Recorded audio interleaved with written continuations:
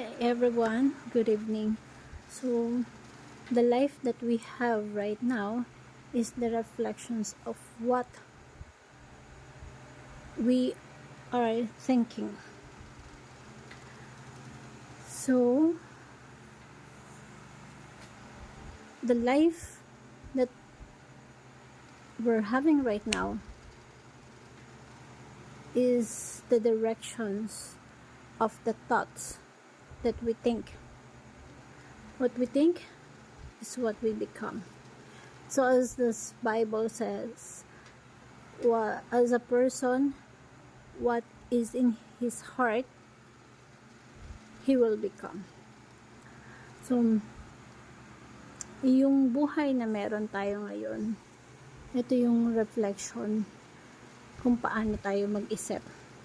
Ito yung direction, ito yung naging resulta or naging direction kung paano natin to inisip, kung paano tayo nag-isip.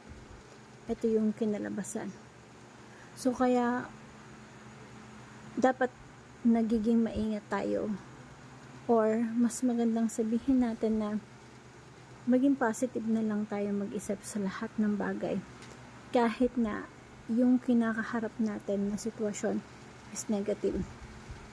Kasi what we think is what we become. So kung ano yung meron tayo ngayon, yun yung mga resulta na kung paano ka nag-isip ng mga nakaraan.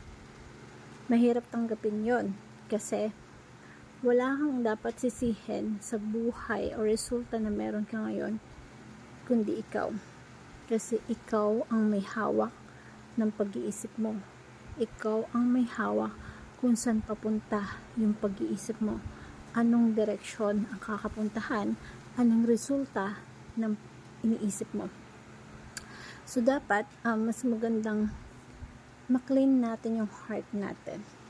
Kaya mas maganda nga na every morning kapag during or bago tayo mag-devotion, we ask wisdom kay God para ma-guide tayo sa direction ng buhay natin kung paano tayo mag-isip.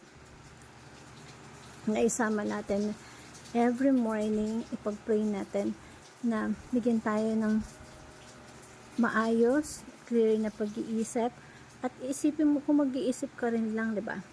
Huwag na negative, i-positive mo na.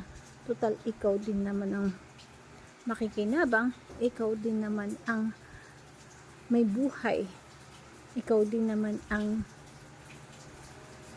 at the end of the day is magiging ikaw kung paano mo inisip yung mga bagay-bagay. Hope you learn something. Thank you everyone and God bless.